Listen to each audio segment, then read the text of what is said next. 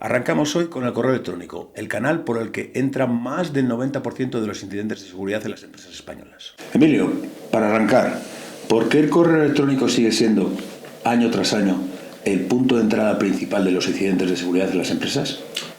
Porque para empresas y para particulares, el correo electrónico se ha convertido en el canal más importante de comunicación y es aquel en el que las empresas más confían. Todo el mundo utiliza el correo a diario en la empresa. Da igual si estamos hablando de contabilidad, de dirección, de atención al cliente, ventas. Todo el mundo utiliza el correo electrónico y al tener comunicaciones constantes por correo electrónico con muchísimas empresas, no creen o no sospechan que alguna vez una de esas comunicaciones pueda ser maliciosa. Los atacantes lo saben y juegan con esto. No necesitan tener enormes conocimientos técnicos como saltarse cortafuegos o aprovechar vulnerabilidades de seguridad que todavía no estén parcheadas. Solo necesitan que un usuario reciba el correo, descargue un archivo, pulse un enlace, introduzca sus credenciales en una web falsa y ya está hecho. Y además el correo tiene algo muy potente y es que es transversal. Da igual si eres una pequeña empresa, un autónomo o la más grande organización, todos están amenazados por estas prácticas. Bien. No deja de ser el punto de entrada más común. Y Emilio, cuando escuchamos la frase de que más del 90% de los incidentes empiezan por el correo, ¿de qué tipo de problemas estamos hablando exactamente? Bueno, no hablamos solo de los correos molestos, ¿no? Como el spam. Hablamos de todo tipo de amenazas más avanzadas como el phishing, el robo de credenciales, la suplantación de identidad, la suplantación de identidad dentro de la empresa, como por ejemplo suplantar al director general, la distribución de malware, de ransomware, que ahora mismo tanto está preocupando a las empresas, puesto que les deja completamente a disposición de los atacantes. Accesos no autorizados a información sensible. Esto cada vez se está poniendo está siendo más importante de cara a que ya no buscan infectarte, lo que buscan es robarte información. Y el fraude económico directo, por supuesto, esto siempre ocurre. Facturas por pagar, tienes que este recibo pendiente, no te voy a servir si no me pagas la última factura en esta cuenta, etcétera, etcétera. Con la tecnología que hay, ¿por qué siguen funcionando correos falsos relativamente simples? Pues porque ya no son tan simples. El phishing, tal y como nos lo imaginamos, suele ser un correo mal formado, tiene muchísimas faltas de ortografía o términos que no se usan, por ejemplo, en España, ¿no? Suelen tener logotipos de empresas equivocados o pixelados. Entonces, esto es lo que hace que ahora mismo la cosa haya cambiado mucho, porque los que fabrican estos correos, los que los construyen, los hacen fantásticamente. Ponen los logotipos buenos, ponen incluso referencias que han cogido de LinkedIn, porque a todo se puede hacer automático, claro. Ponen información adecuada, no tienen falta de ortografía, o lo que es peor, cuelan una pequeña falta de ortografía que lo que hace es que te fíes más de ese correo, porque crees que ha sido un humano quien lo ha escrito. Pero yo creo que lo más importante es que afectan al humano los mensajes que nos dan, ¿no? Podemos tener todo tipo de factores humanos aquí. Por ejemplo, la urgencia. Esto hay que hacerlo ya. O la autoridad. Esto lo ha pedido el director. O el miedo. Te van a cerrar la cuenta. O la curiosidad. ¿Vale? Hay un nuevo evento ¿vale? El atacante no busca que pienses, el atacante busca que reacciones. Y aquí es donde está el gran problema, que es muy difícil solventar con la tecnología, solamente. ¿Influye mucho entonces la falsa sensación de seguridad? Como yo ya tengo Microsoft 365, Google Workspace, esto ya está resuelto. Influye muchísimo. Muchas empresas creen que por tener un servicio ya están protegidos de todas estas amenazas y nada más lejos de la realidad. No lo tienen todo cubierto. Y sí, es cierto, por supuesto todos estos servicios tienen una capa básica de protección, pero principalmente contra el correo no deseado, no contra las amenazas, mucho menos las actuales y aún menos las futuras. Esta sensación de seguridad, esto proporciona una sensación de seguridad que hace que las empresas no se planteen agregar capas adicionales de seguridad porque ya está en ese servicio. Esto, sin lugar a dudas, es un error. Entonces, ¿el problema es principalmente tecnológico o tiene más de cultural y organizativo? Bueno, es una combinación de ambas cosas. Yo diría que el factor cultural pesa mucho. La tecnología, por supuesto, ayuda. Además, con estas cantidades masivas necesitamos tecnologías que nos ayuden. Pero si la empresa asume que el tema del correo ya está resuelto, esto, por lo tanto, a nosotros no nos va a pasar, este es el principio del desastre. Y para cerrar este bloque de conceptos claves acerca del correo electrónico, si una empresa nos está escuchando ahora mismo, ¿qué debería replantearse sobre su correo electrónico? Pues que no es un tema menor y que desde luego no está resuelto. El correo electrónico llega con nosotros muchísimos años, hemos tenido muchísimas tecnologías, las vamos acumulando y sin embargo seguimos teniendo problemas con el correo electrónico, sigue siendo el principal vector de ataque y por donde aparecen y surgen la mayoría de problemas de vulnerabilidad. Y una vez que entendemos por qué el correo electrónico es tan crítico, el siguiente paso es preguntarnos ¿cómo lo estamos filtrando realmente? Exacto, porque no es lo mismo dejar fuera ataques de verdad que solo detener spam. Bueno, sí, en la mayoría de los casos significa no tengo mucho spam en la bandeja de entrada. Claro, si el correo no ve correos raros o correos con princesas nigerianas o cosas de ese estilo, claro, la empresa da por hecho que está protegida, ¿no? Pero claro, el problema no es cuando se habla de volumen, sino de la calidad. Los ataques más peligrosos son aquellos que realmente no suelen parecer spam, ¿no? Son correos diseñados para parecer legítimos y que muchas veces superan los filtros básicos sin ningún tipo de problema.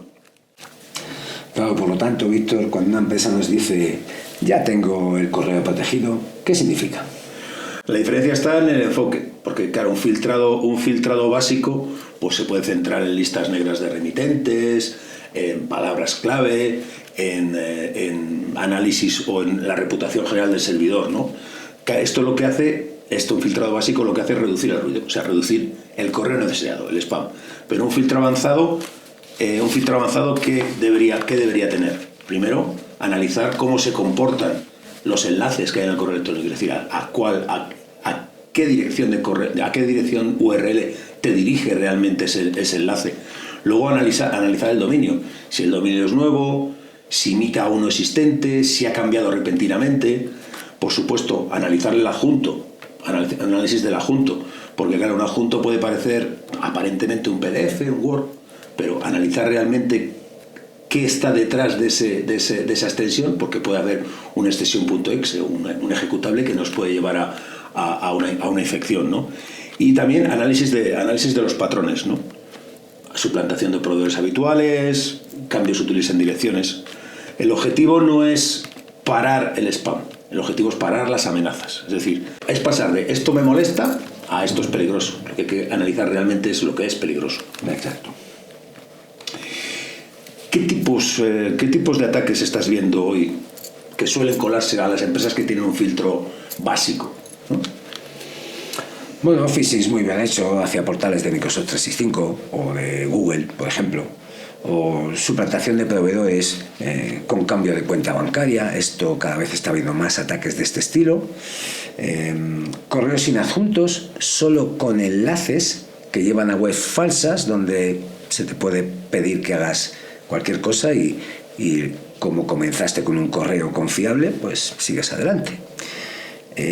O el compromiso de la cuenta de correo empresarial, donde parece que te escribe un directivo, pero realmente te está escribiendo un atacante. Durante mucho tiempo se pensó que el problema eran los adjuntos peligrosos, pero hoy muchos ataques no necesitan adjuntos para llevarse a cabo. Solo un enlace a una web donde el usuario pone su usuario y contraseña. Oye, Víctor, ¿el tamaño de la empresa influye en el tipo de filtrado que se debería de tener? Bueno, yo creo que influye más el riesgo realmente. El tamaño realmente aquí no importa, porque una pequeña empresa puede ser igual de activa que una gran empresa. ¿Por qué? Incluso más. ¿Por qué? Porque tiene menos controles, tiene menos formación y tiene menos procedimientos, ¿no? Y sin embargo maneja datos de facturas, maneja datos de proveedores, maneja datos de cuentas bancarias, maneja credenciales, igual que una grande. Realmente muchas campañas de atacantes se dirigen de manera masiva, independientemente del tamaño, ¿no? Envían el correo a miles de personas y lo que importa es aquella que tenga menos protección y menos concienciación, pues caerá antes, ¿no? ¿Dónde suelen fallar las empresas cuando solamente confían en el filtrado estándar de su plataforma de correo? Pues suele haber 3 puntos clave, diría yo. 1, la personalización inexistente.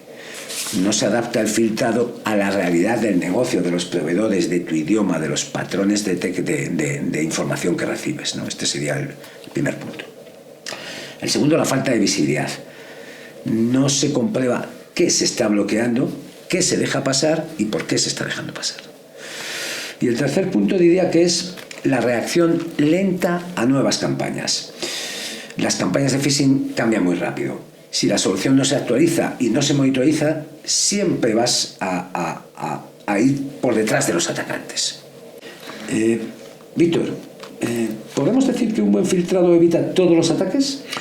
No, ya hay que decirlo con claridad. Evidentemente, si tienes un buen filtrado, pues va a llegar menos correos peligrosos al usuario que está detrás de una pantalla, ¿no? Pero claro, no es infalible. ¿Qué tenemos que tener? Aparte del filtrado, tenemos que tener una concienciación del usuario, tenemos que tener procedimientos internos y tenemos que tener monitorización y respuesta. Realmente el filtrado es el primer muro, pero no puede ser el único, ¿no? Para cualquier empresa que nos escuche en este momento, ¿tú crees que tiene alguna manera de saber si su filtrado, el filtrado que tiene actualmente, es básico o es un filtrado avanzado? Bueno, hay varias pistas para esto. Si nunca se han revisado las políticas ni los informes, probablemente es básico. Si no saben qué se está bloqueando ni por qué, entonces es una caja negra. Y si nunca han hecho pruebas de phishing ni simulaciones, de ahí la concienciación de los usuarios, no saben realmente cómo responde el sistema y los usuarios ante este tipo de ataques. Exacto. La seguridad del correo no se mide cuando no pasa nada, se mide cuando algo intenta entrar y si tú te enteras de que lo ha intentado. Emilio, esto evidentemente es una confusión muy habitual. ¿El archivado y el backup son lo mismo? No son lo mismo, no se parece nada de hecho. El backup está pensado para recuperar información ante un fallo, un barra accidental, un ransomware, un problema técnico. Mientras que el archivado está pensado para conservar, buscar y demostrar información a lo largo del tiempo. Con un backup puedes recuperar un buzón. Con un archivado puedes decir: este correo se envió tal día a tal persona con este contenido y no ha sido manipulado. Esta es la parte más importante, el tema de que no esté manipulado, que efectivamente puedes demostrar que es el correo que se recibió. Y esos correos archivados pueden no estar en el último backup, lógicamente. ¿En qué momento se da cuenta una empresa que necesita el archivado y ya es tarde? Pues casi siempre en situaciones lógicamente incómodas. Una inspección o auditoría de protección de datos que nos exige ver ciertos correos o que hemos recibido ciertos correos.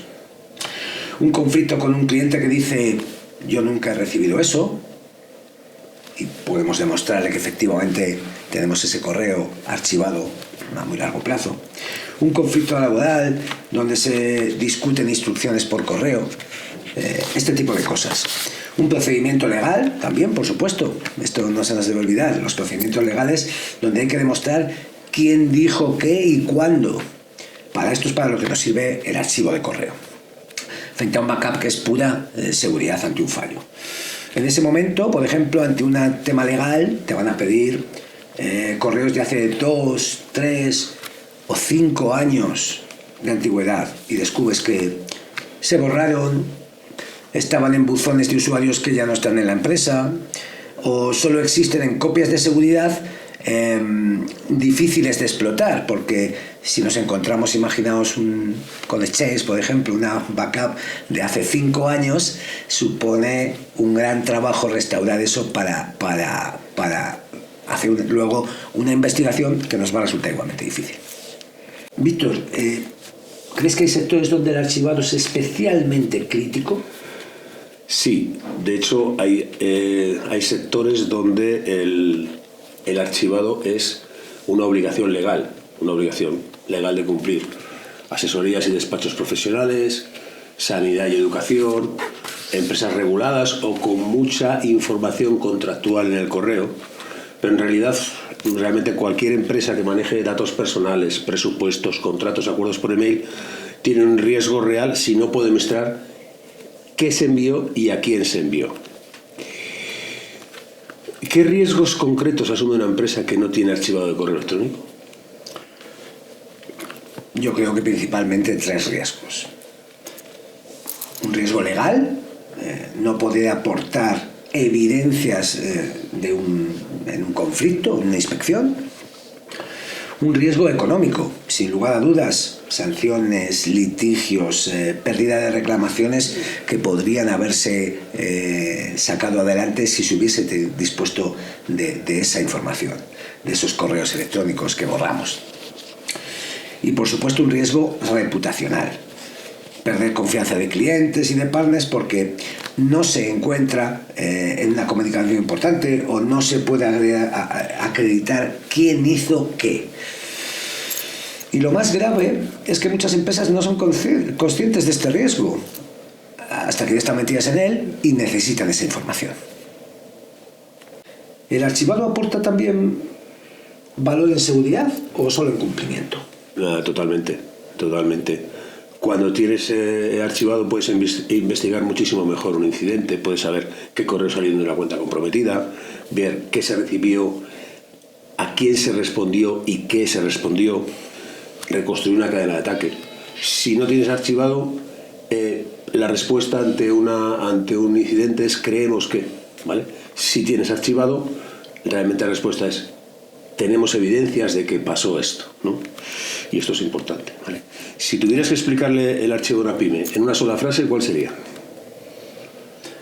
El archivo de correo es tu seguro de vida cuando alguien te pide explicaciones sobre algo que ocurrió hace tiempo, probablemente hace años.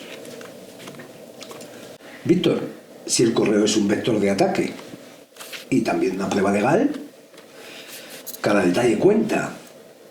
Incluso algo que muchísimos no tienen en cuenta, como es la firma al pie del correo. Exacto, las firmas del correo electrónico son muy importantes y realmente tienen un impacto en imagen, en seguridad y en control.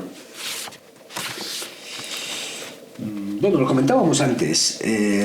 Muchas empresas ven en las firmas al pie algo solo estético. ¿Crees que en realidad esto es algo más que la estética? A ver, el correo electrónico es un canal corporativo, un canal de comunicación corporativo. Cada firma, cada detalle, cada mensaje dice algo de la empresa. Si cada usuario utiliza una firma diferente, con logos diferentes, con tipos de letras diferentes, colores distintos, al final proyectas una imagen de descontrol, de improvisación, ¿no? Y es importante tener una firma de correo electrónico porque siempre dice algo de tu empresa. Una firma corporativa que sea homogénea, que tenga siempre el mismo aspecto, transmite profesionalidad y coherencia. Aunque parezca un detalle menor, realmente es parte de la experiencia del cliente. ¿Dónde ves el mayor problema cuando las firmas no están gestionadas de una forma centralizada? Vale. Alguna cosa ya lo has dicho, desde luego la incoherencia en la imagen. Es decir, proporcionar una imagen unificada hace que todos los correos parezcan de la misma empresa y no de empresas diferentes. Podrían llegar a parecer empresas diferentes. Los datos incorrectos o desactualizados mediante una firma gestionada podemos hacer que todos los cambios de cargos, cargos antiguos, por supuesto, direcciones, etcétera, sean automáticamente reflejadas en todos y cada uno de nuestros correos en el mismo momento en que se realiza el cambio, lo cual siempre es interesante. Y la facilidad para la suplantación. Si cada uno usa un estilo diferente, resulta mucho más sencillo falsificar simplemente poniendo un logo, porque no ven una estandarización a la hora de recibir sus correos. Sin embargo, si se reciben los correos estandarizados, cuando recibes uno que no lo está, de esa misma remitente, de esa compañía, pues esto te hace sospechar. Hemos visto correos fraudulentos que parecían internos porque imitaban firmas cutres o mal formateadas. Y esto es porque no se utiliza ningún control dentro de la empresa. Pero además, Víctor, ¿crees que hay alguna manera en la que las firmas puedan ayudar a la seguridad en el correo? Bueno, yo diría que de dos formas, ¿no? Primero, refuerzan la identidad de los correos legítimos. Si ves siempre una firma concreta, cualquier correo que no la tenga o que la imite mal, te genera sospecha. Y segundo, aprovechando la centralización de las firmas, puedes incluir mensajes del tipo: nunca introduzca una contraseña cuando reciba un correo que no parezca legal, o verifique, por ejemplo, si le quieren hacer le piden una transferencia a una cuenta bancaria, verifique por otro medio que efectivamente esa persona o ese remitente es legítimo o no. Es decir, es importante, cuando tú controlas centralizadamente las firmas, se limita mucho el margen de creatividad de los posibles atacantes. Uh-huh.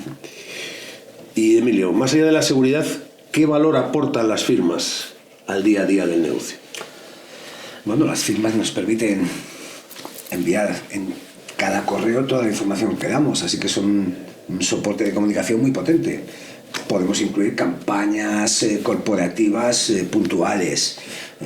Podemos dirigir tráfico a la web a través de nuestras campañas, a la página de landing, a la página de llegada a nuestro producto o a nuestro servicio. Podemos mostrar certificaciones, servicios claves, datos de contacto claros, y todo eso sin pedirle al usuario que se acuerde de nada. La firma va a aparecer directamente con sus datos, los datos de la compañía, y estos irán cambiando en función de la necesidad. Él simplemente envía su correo y la plataforma se encarga del resto. Si una empresa nos pregunta qué debería exigir a una solución profesional de firmas, ¿qué le dirías? Bueno, primero que tendría que buscarse una solución que tuviese al menos estos cuatro puntos, ¿no? Un control centralizado, es decir, que sea o bien marketing o bien el departamento de TI quien defina las firmas, cómo tiene que ser, todo el formato y demás. Que fuese una aplicación automática a todos los usuarios desde cualquier dispositivo, es decir, que no hubiese ningún tipo de excepción.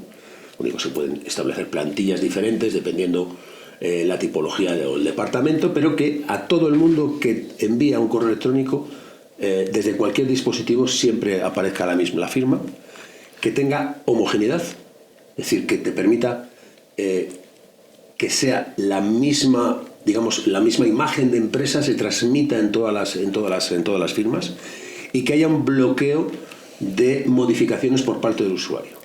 Hay algunos sistemas de firmas que permiten al usuario establecer ciertas modificaciones en la firma prediseñada, pero lo importante es que esto se evite. De esta manera los datos serán correctos, estarán actualizados y todo será mucho más coherente, ¿no?, en cuanto a la imagen de la empresa.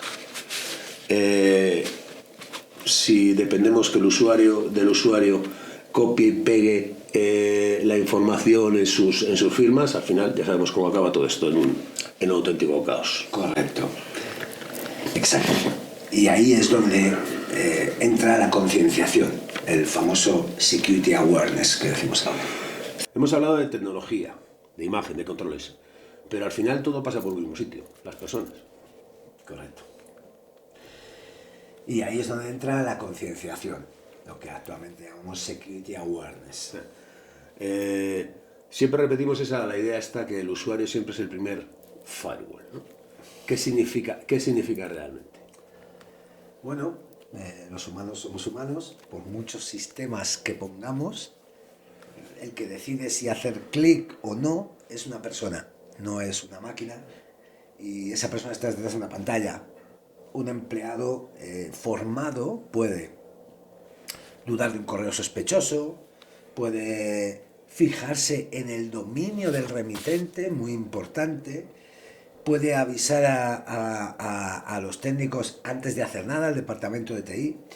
Un empleado sin formación, con prisa, confiado, de que bueno, todo esto ya está protegido, es mucho más vulnerable.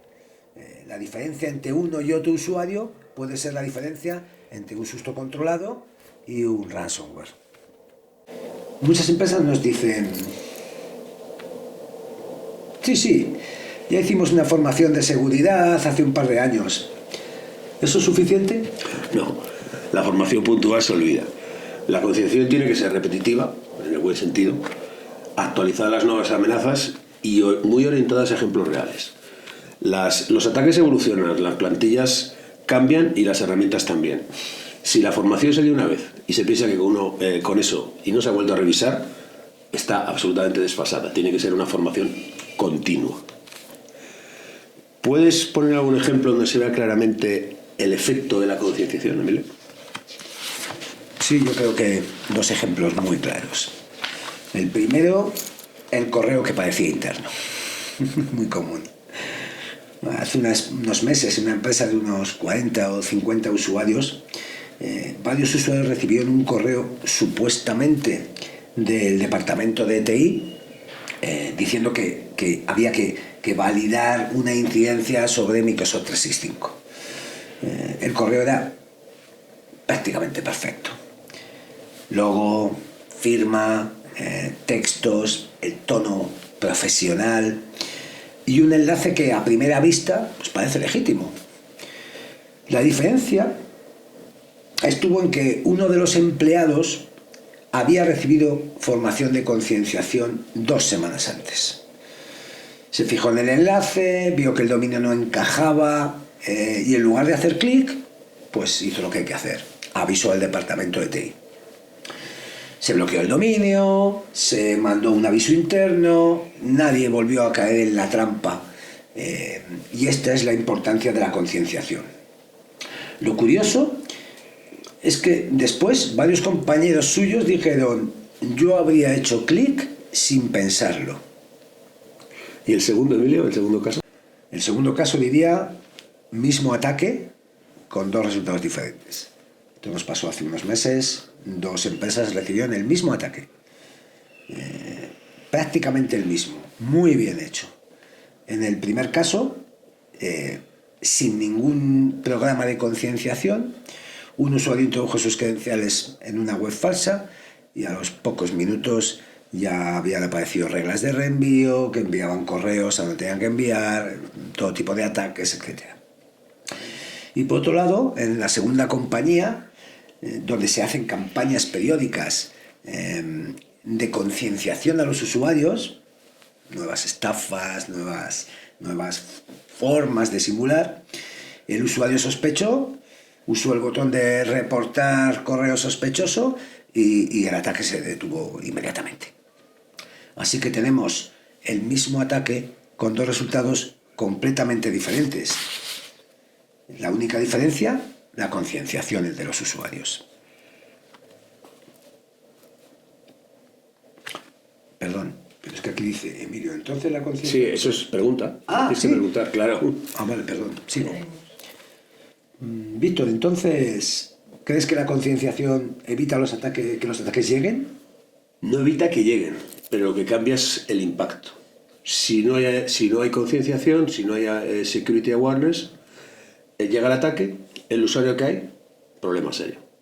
Si hay awareness, llega el ataque, el usuario duda o sospecha, reporta, pregunta o reporta y se corta a tiempo. Y realmente decimos que la concienciación no es un extra, es una capa crítica de seguridad. Y claro, con todo esto del correo, los datos, las decisiones, tiene también un componente muy fuerte de cumplimiento normativo. Exacto, así que vamos a meternos ahora en el aspecto, en la parte menos sexy, ¿no? Pero que es muy importante, que es la parte de GDPR y otras normativas. Y por ese cumplimiento normativo importante, Víctor, ¿por qué el correo es tan relevante cuando hablamos de cumplimiento normativo y protección de datos? Porque el correo es probablemente uno de los repositorios más grandes de información que hay en una empresa y menos controlados dentro de la empresa. En el correo hay datos personales, hay conversaciones con clientes, hay documentos adjuntos con información sensible, hay contratos, hay compromisos comerciales. Todo esto realmente entra dentro del ámbito de normativas como la GDPR. ¿Qué problemas os encontráis con una empresa no tiene realmente controlado su correo, Billy? Bueno, vemos varios escenarios. No saben dónde están ciertos correos que deberían existir, deberían haberse, precisamente por cuestión normativa, debiera haberse asegurado de retener esos correos. No puede demostrar qué información se le dio a un usuario en un momento dado. No tienen claro quién tuvo acceso a qué información. Esto es muy importante desde el punto de vista normativo y de protección de datos, por supuesto. Y no pueden reconstruir una cadena de correos en un conflicto, toda una conversación. De manera que cuando llega una reclamación, una inspección, una queja, esa falta de control se vuelve contra la empresa. Porque, Víctor, ¿las normativas mencionan específicamente el correo electrónico? No, normalmente no dicen tienes que proteger el correo, pero lo que sí que dicen es tienes que proteger los datos personales, tienes que acreditar qué has hecho y tienes que también demostrar diligencia y control. Como gran parte de esas interacciones pasan por el correo electrónico, proteger el correo electrónico es una forma también de cumplir esa normativa. ¿Qué tipo de riesgos se corre si no se gestiona bien el correo a nivel normativo? Creo que hay básicamente tres grandes riesgos: un riesgo económico, un riesgo de negocio y un riesgo, de nuevo, reputacional. Un riesgo económico por las posibles sanciones, por supuesto, reclamaciones, litigios, esto siempre supone grandes costes. Un riesgo de negocio, pérdida de contratos, sería lo más relevante, o clientes, por supuesto, por la mala gestión de la información. Y un riesgo, por supuesto, reputacional, la sensación de esta empresa no sabe lo que hace con mis datos. Esto es lo peor. Y como siempre, el problema se ve claro cuando ya ha pasado algo.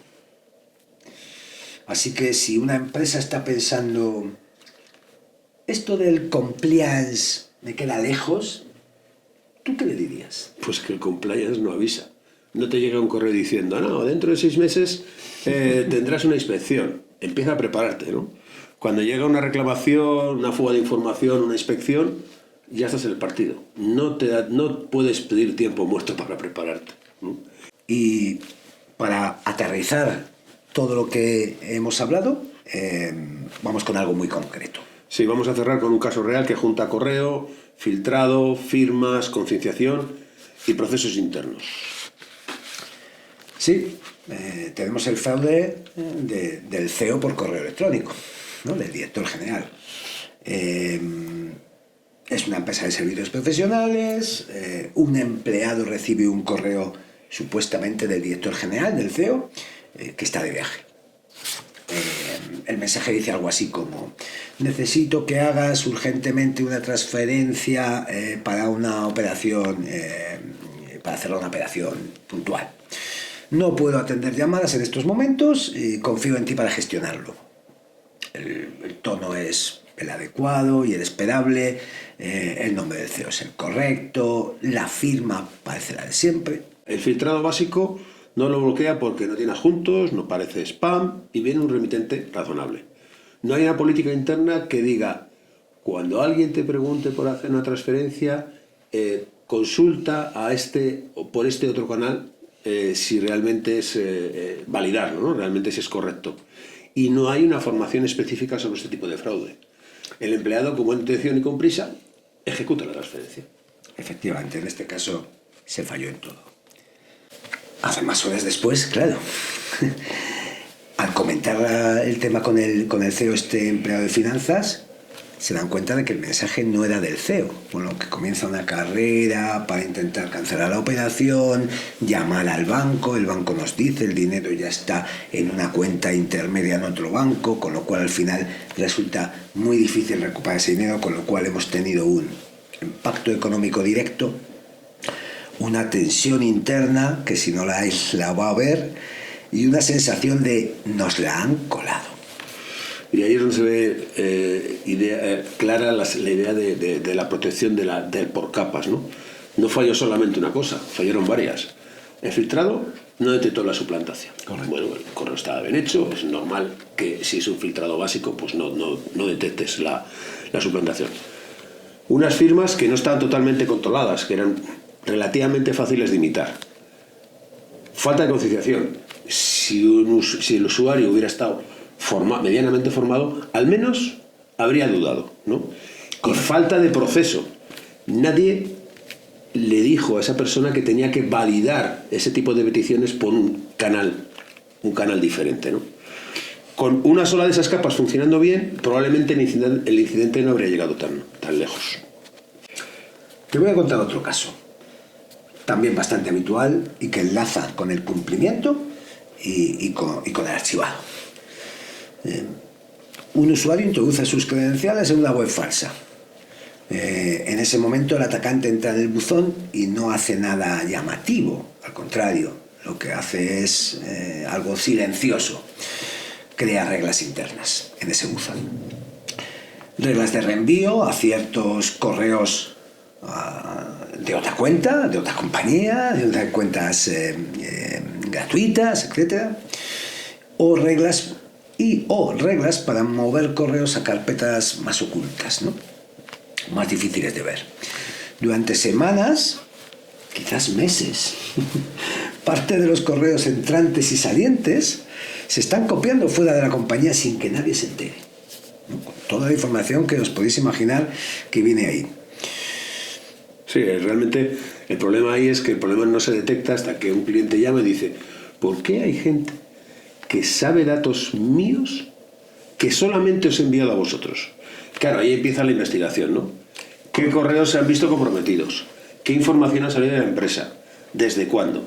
Si no hay archivado, si no hay monitorización y si no hay alertas, la investigación se vuelve casi imposible. Completamente imposible. Con el archivado, con monitorización de reglas sospechosas, con la concienciación de los usuarios, habría sido muy distinto. El usuario podría haber reportado el phishing. Se habrían visto, por lo tanto, al examinar el buzón, se habrían visto esas reglas de reenvío. Se podría haber identificado qué correos salieron y cuándo y hacia dónde. Completamente diferente. Aquí el daño no es solo técnico, es legal, es un daño de confianza en la relación con nuestros clientes. Y muchas veces la diferencia entre no ha pasado nada y hemos tenido un problema serio está en cuántas capas se han puesto antes de que alguien haga clic. Correcto. Cuando hablamos de correo electrónico, en realidad no estamos hablando no estamos hablando solo de tecnología, estamos hablando de personas, estamos hablando de procesos, de decisiones, de sistemas y sobre todo de riesgo. En este primer episodio hemos hablado de contexto, filtrado, firmas, archivado, concienciación, cumplimiento y casos reales. Si tienes dudas sobre lo que hemos hablado o tienes sugerencias sobre temas a tratar en los próximos capítulos, déjanoslo en los comentarios. Gracias y hasta el próximo episodio.